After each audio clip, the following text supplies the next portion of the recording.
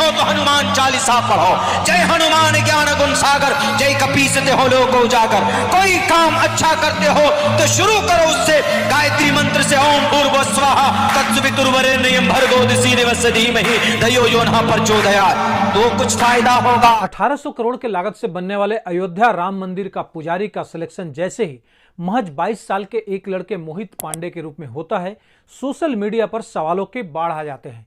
कुछ लोग ये पूछते हैं कि क्या ये 22 साल का पुजारी इतने बड़े मंदिर का कार्यभार संभाल पाएगा? क्या ये उस लायक है कि अयोध्या राम मंदिर का मेन प्रीस्ट कहलाए, जिसे बनने के लिए लगभग 500 से ज्यादा सालों का इंतजार करना पड़ा? इतना तक तो जो सवाल है वो ऑथेंटिक है, लेकिन अब कुछ लोगों ने तो हद ही पार कर दी।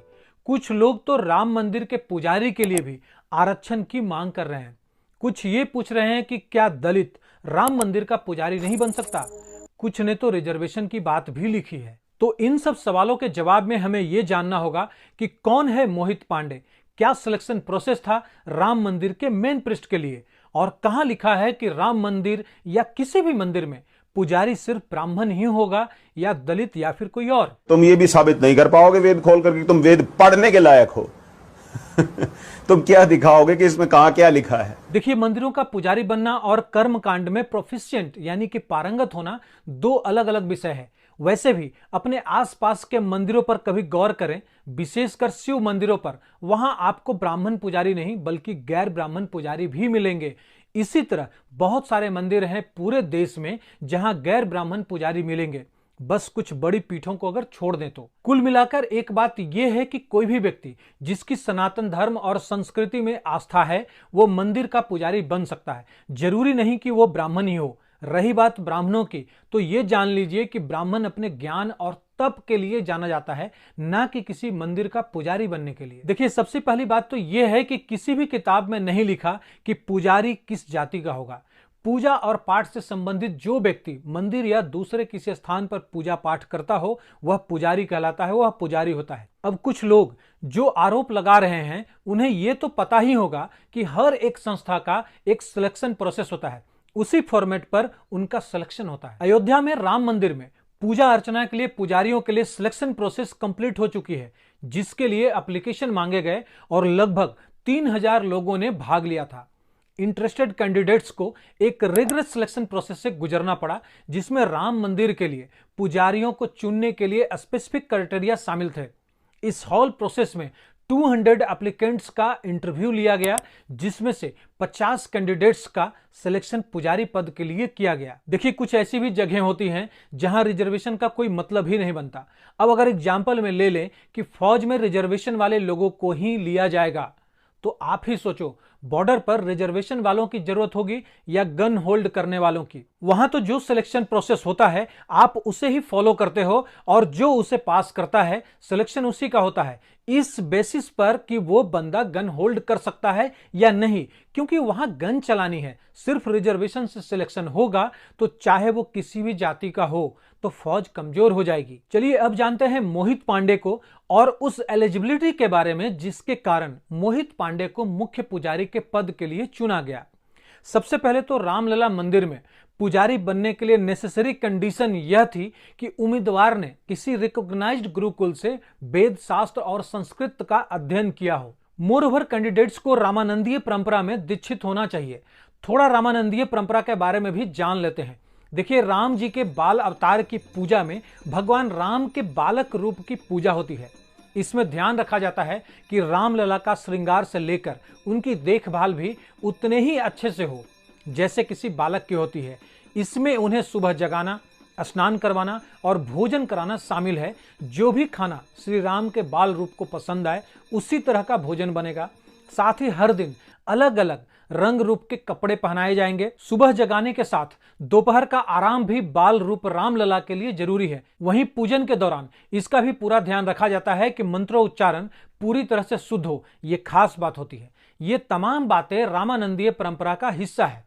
उसी के अकॉर्डिंग राम मंदिर के लिए पुजारियों के सिलेक्शन के लिए इंटरव्यू प्रोसेस के दौरान वेदों, अनुष्ठानों और वैदिक मंत्रों के ज्ञान पर ध्यान दिया गया। कैंडिडेट्स के लिए मैक्सिमम एज लिमिट भी 30 इयर्स की थी। इसके अलावा पुजारी और मुख्य पुजारी के रूप में सिलेक्शन के बावजूद सिलेक्टेड कैंडिडेट्स को अपने कर्तव्यों का पालन शुरू करने से पहले एक लॉन्ग ट्रेनिंग पीरियड से गुजरना होगा, जो 6 महीने तक चलेगी। इस ट्रेनिंग फेज में उन्हें वेदों, अनुष्ठानों, वैदिक मंत्रों और रामायण का डीप नॉलेज दिया जाएगा। ट्रेनिंग फेज पूरा करने के बाद ही पुजारी रामलला की पूजा अर्चना कर सकेंगे। सिलेक्शन क्राइटेरिया के अनुसार रामानंदीय परंपरा का विद्वान होने के साथ साथ वेद, शास्त्र और संस्कृत के ज्ञान में स्पेशलाइजेशन होना जरूरी था। 22 साल के मोहित पांडे ने दूसरे कैंडिडेट्स की तरह ही क्वालिफिकेशन एंड एबिलिटी के आधार पर सभी सिलेक्शन क्राइटेरिया को पास किया और उनका एवोल्यूशन भी किया गया था। इंटरव्यू के दौरान अभ्यर्थियों से संध्या बंदन क्या है, इसकी विधि क्या है और इस पूजा के मंत्र क्या हैं, भगवान राम की पूजा के लिए कौन कौन से मंत्र हैं और इसके लिए कर्मकांड क्या है, इस तरह के सवाल पूछे गए। अब इस प्रोसेस में किसी जाति का मेंशन नहीं था। इसका मतलब है कि कास्टिज्म एंड रिलीजियस बायस के आरोप नहीं उठते हैं। अगर देखें तो मोहित पांडे ने गाजियाबाद के दुधेश्वर वेद विद्यापीठ में 7 साल तक की पढ़ाई की। उन्होंने तिरुपति के तिरुमला तिरुपति देवस्थानम से संबंध श्री वेंकटेश्वर वैदिक विश्वविद्यालय से शास्त्री यानी कि बैचलर की डिग्री ली।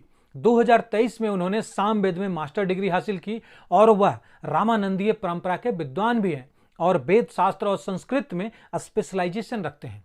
इसी तरह दूसरे सिलेक्टेड पुजारियों में उत्तर प्रदेश, बिहार, राजस्थान, मध्य प्रदेश और महाराष्ट्र के यूथ भी शामिल हैं। सभी सिलेक्टेड प्रीस्ट रामानंदीय परंपरा के हैं और वेद, शास्त्र और संस्कृत में विशेषज्ञता रखते हैं। ऐसे में जो लोग उनके चयन पर उंगली उठा रहे हैं और उसे जातिवाद से जोड़ रहे हैं, वे जातिगत विभाजन को बढ़ावा देकर समाज को बिगाड़ रहे हैं, यह जानते हुए कि यह मंदिर सनातनियों के लिए कितना इंपॉर्टेंट है। शायद कुछ लोगों को तो यह भी पता नहीं होगा कि हिंदू संगठनों ने 1813 में पहली बार बाबरी मस्जिद पर दावा किया था। उनका दावा था कि अयोध्या में राम मंदिर तोड़कर बाबरी मस्जिद बनाई गई थी। इसके 72 साल बाद यह मामला पहली बार किसी अदालत में पहुंचा। महंत रघुवर दास ने 1885 में राम चबूतरे पर छतरी लगाने की याचिका लगाई थी, जिसे फैजाबाद की जिला अदालत ने ठुकरा दिया था। 134 साल से 3 अदालतों में इस विवाद से जुड़ी याचिकाओं पर सुनवाई के बाद यह मामला सुप्रीम कोर्ट पहुंचा। यह मस्जिद कब बनी, इस पर इतिहासकारों के अलग अलग मत हैं। ज्यादातर इतिहासकारों के मुताबिक जहीर उद दीन मोहम्मद बाबर पानीपत के पहले युद्ध में इब्राहिम लोदी को हराकर भारत आया था। उसके कहने पर एक सूबेदार मीर बाकी ने 1528 में अयोध्या में मस्जिद बनाई। इसे बाबरी मस्जिद नाम दिया गया। कुछ इतिहासकारों का मानना है कि इब्राहिम लोदी के शासनकाल 1517 से 26 ईस्वी में ही मस्जिद बन गई थी। इसे लेकर मस्जिद में एक पेट्रोग्राफ भी था, जिसका जिक्र एक ब्रिटिश अफसर ए फ्यूरर ने कई जगह किया है। फ्यूरर के मुताबिक 1889 तक यह पेट्रोग्राफ बाबरी मस्जिद में था। 1813 में पहली बार हिंदू संगठनों ने दावा किया कि बाबर ने 1528 में राम मंदिर तोड़कर मस्जिद बनाई। माना जाता है कि फैजाबाद के अंग्रेज अधिकारियों ने मस्जिद में हिंदू मंदिर जैसी कलाकृतियां मिलने का जिक्र अपनी रिपोर्ट में किया। उसी के बाद यह दावा किया गया। पूर्व आईपीएस अधिकारी किशोर कुणाल ने अपनी किताब अयोध्या रिविजिटेड में जिक्र करते हुए लिखा है कि 1813 में मस्जिद की पेट्रोग्राफ के साथ जब छेड़छाड़ हुई, तब से यह कहा जाने लगा कि मीर बाकी ने मंदिर तोड़कर मस्जिद बनवाई। कुणाल ने किताब में लिखा कि मंदिर 1528 में नहीं तोड़ा गया, बल्कि औरंगजेब द्वारा नियुक्त फिदाई खान ने 1660 में उसे तोड़ा था। खैर, हिंदुओं के दावे के बाद से विवादित जमीन पर नवाज के साथ साथ पूजा भी होने लगी। 1853 में अवध के नवाब वाजिद अली शाह के समय पहली बार अयोध्या में सांप्रदायिक हिंसा भड़की। इसके बाद भी 1855 तक दोनों पक्ष एक ही स्थान पर पूजा और नमाज अदा करते रहे। 1855 के बाद मुस्लिमों को मस्जिद में प्रवेश की इजाजत मिली, लेकिन हिंदुओं को अंदर जाने की मनाही थी। ऐसे में हिंदुओं ने मस्जिद के मुख्य गुंबद से 150 फीट दूर बनाए राम चबूतरे पर पूजा शुरू की। 1859 में ब्रिटिश सरकार ने विवादित जगह पर तार की बाड़ लगवाई। 1885 में पहली बार मामले को न्यायालय में उठाया गया। फैजाबाद की जिला अदालत में महंत रघुवर दास ने राम चबूतरे पर छतरी लगाने की अर्जी लगाई, जिसे ठुकरा दिया गया। 1934 में अयोध्या में दंगे भड़के, बाबरी मस्जिद का कुछ हिस्सा तोड़ दिया गया और विवादित स्थल पर नमाज बंद हो गई। 1949 में फैजाबाद कोर्ट ने बाबरी मस्जिद को विवादित भूमि घोषित किया और इसके मुख्य दरवाजे पर ताला लगा दिया। बीच में बहुत सारी बातें हुई और 1986 में फैजाबाद कोर्ट ने बाबरी मस्जिद का ताला खोलने का आदेश दिया। 1987 में फैजाबाद जिला अदालत से पूरा मामला इलाहाबाद हाई कोर्ट को ट्रांसफर कर दिया गया। इलाहाबाद हाई कोर्ट ने 1989 में विवादित स्थल पर यथास्थिति बरकरार रखने को कहा। इसी बीच 1992 में हजारों की संख्या में कार सेवकों ने अयोध्या पहुंचकर विवादित ढांचा गिरा दिया। 10 साल बाद यानी 2002 से इलाहाबाद हाईकोर्ट ने विवादित ढांचे वाली जमीन के मालिकाना हक को लेकर दायर याचिकाओं पर सुनवाई शुरू की और 2010 में इस पर फैसला सुनाया। इलाहाबाद हाईकोर्ट ने फैसला दिया और विवादित स्थल को सुन्नी वक्फ बोर्ड, निर्मोही अखाड़ा और रामलला के बीच 3 हिस्सों में बराबर बांट दिया। 2011 में इलाहाबाद हाईकोर्ट के फैसले पर रोक लगाने के बाद सुप्रीम कोर्ट ने 2018 में इस विवाद से जुड़ी सभी याचिकाओं पर सुनवाई शुरू की। 6 अगस्त 2019 से सुप्रीम कोर्ट में इस विवाद पर लगातार 40 दिन तक सुनवाई हुई। 16 अक्टूबर 2019 को हिंदू मुस्लिम पक्ष की दलीलें सुनने के बाद 5 सदस्यीय संविधान बेंच ने अपना फैसला सुरक्षित रख लिया। आपको क्या लगता है, हर जगह रिजर्वेशन होनी चाहिए? कमेंट में जरूर लिखें।